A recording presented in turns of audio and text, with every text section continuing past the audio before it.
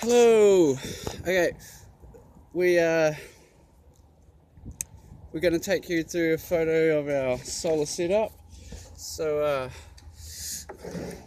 here's our cable going up to the solar panel. That just goes to our switch here, so you can flick it on or off. Keep it safe, you know. This cable, this is nothing.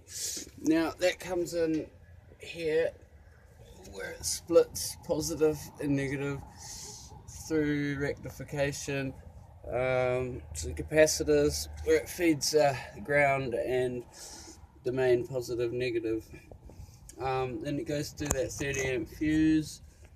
Now what we got here is, these are all the negative gates, so they're the switch for the negative side, and these ones here are all the switches for the positive side, and then finally the control signal, so that cuts the positive gate and that one cuts the negative gate, with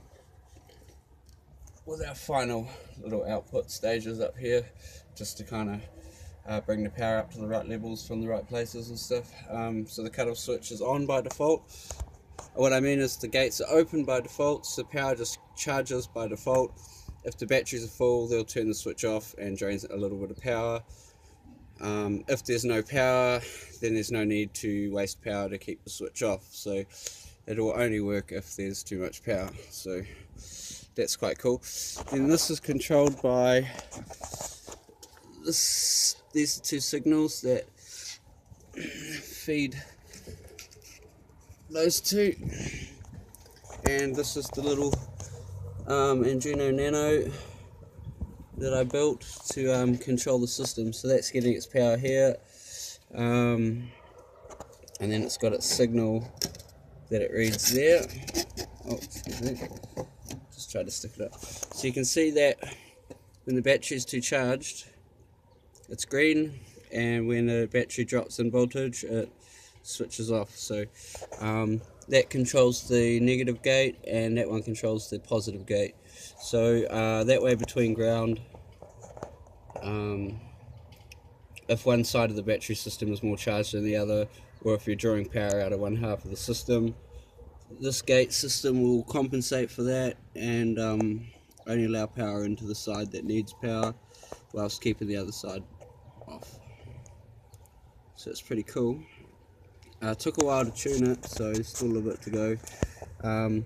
There's a few different ways I wired up so that it could read. So this one's supposed to do positive and negative voltage.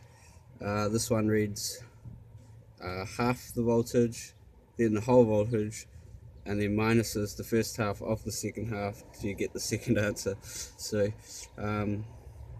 yeah, I've hardwired it two different ways, but for now, because of my power source and the gating system, it's wired in this configuration, which is fine as long as it works. So all it's got to do is flick on and off. Then the solar panels finally feed in from the gates. So when the gates are open, all the power ends up rectified through these, where it finally goes to the batteries, to that cable. And that cable comes in here, and then you've got a override switch through two more. It's a lot of rectification, but that's multiple things can be joined in at certain places, and then finally comes down through a full left and a full right isolation switch through a set of fuses, where finally it ends up down in the battery for one half, and there's grounding, and does the same on the other side through the two sets of fuses, fuse for input and a fuse for output, and finally ends up at the battery, where the two batteries join together, run the center wire through this coil to form my 24 volt output. This is just the extra thing that I was playing with, trying to get the laptop, trying to take the isolate the interference off the laptop so it wasn't flickering or anything. So that was just for a test. So next thing to do now is to wire my laptop back up and get it running. The other one didn't survive the rain. Didn't survive the rain very well. As you can see, it's just outside. So that's my battery setup, and I hope to expand it, but it should stop it from overcharging and blowing up or anything like that. So take you out the back of the system. So you can just see I got wires and cables and not a lot going on, you can see really. So it's the back of the board. There's quite a lot going on, but I brought you around here to show you this. This is my amp doubling device. So at the moment, while it charges this battery off the solar panels, creates a frequency inside the system itself, which uses these two batteries under here to cause a secondary oscillation. So when power leaves these batteries and charges that one, it also can charge these batteries for the cost of charging the first battery. So essentially these batteries get charged for free. As much power as goes to this battery proportionally will be output into these batteries. So it's a way to double amperage based upon fluctuations inside the cells. So this is what this machine does. It uses a fluctuation to capitalize on that power that we don't generally harness, that I've figured out how to harness.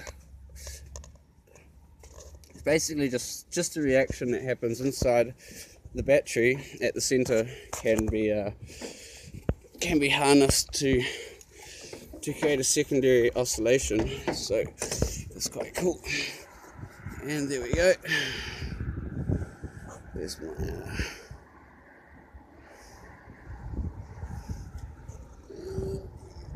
if you can see, there's just a cable and underneath just the wiring loom and stuff, so it's pretty fucking cool.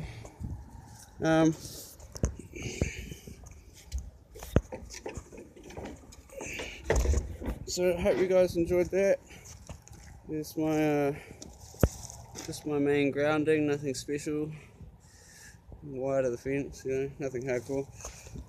So this is my main machine. That's like an extra, and this is the box of wires. This is the main system here. So the one out the back's my experiment machine. This is the main system that's meant to just run, you know, reliable power and stuff. So quite a lot of work goes into all of this, eh? Like, honestly, some of this is just from old shit that I did, old stuff, I mean, excuse me. So it's a little bit I've been tidying up. Like, I had stuff all under here and in these boxes and that. So over time I've rebuilt this particular bench like 6 times. So this is the almost final version, and yeah, the cool little board that runs it. So that's the switching regulator, and those are the switches. Those are the gates, the switches for the switching regulator. So the cost, this isn't too much to make. Like, they might cost you like $30–50, right? It cost me more because I bought a whole bunch of stuff, but and I blew it up and then rebuilt it. But these are expensive. If you want to do hundreds of amps, you're going to need more and more of these gates, or you're going to need to order them online, get MOSFETs, or, you know, like the better deal. Or so I built everything secondhand, just from old appliances, and it's taken a long time to like get hold of everything. And when you buy just one part at a time, it's, you know, one of these can cost $20 each if you buy them in Hamilton. You get them online for like, what, $3 each. So but anyway, it's what it is. Eventually I'll get there, and hope you guys enjoyed. Ciao.